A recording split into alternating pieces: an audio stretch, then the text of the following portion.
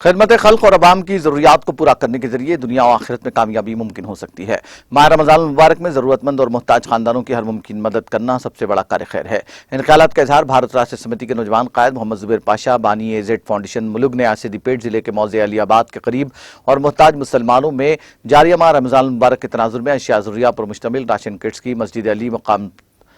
مقام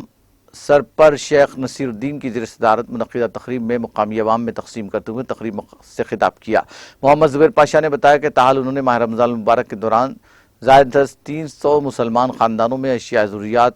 ضروریہ کو محض رضا الہی کے لیے تقسیم کیا ہے، اور کہا کہ وزیر اعلیٰ کے CR نے 14 سال تک پرامن جدوجہد تلنگانہ کو جاری رکھتے ہوئے علیحدہ ریاست تلنگانہ حاصل کی اور تشکیل تلنگانہ کے بعد سماج کے تمام طبقات بالخصوص مسلمانوں کو ہر اعتبار سے اہمیت دی۔ محمد زبیر پاشا نے مزید کہا کہ غریب اور محتاج طبقے کی ہمہ جہتی ترقی اور ضروریات کی تکمیل کو KCR حکومت نے اولین ترجیح دی ہے۔ منڈل پریشد اور رکن علی آباد مدھوسودن ریڈی، محمد سرور پاشا، محمد آصف اور دوسرے نوجوان اس تقریب میں موجود تھے۔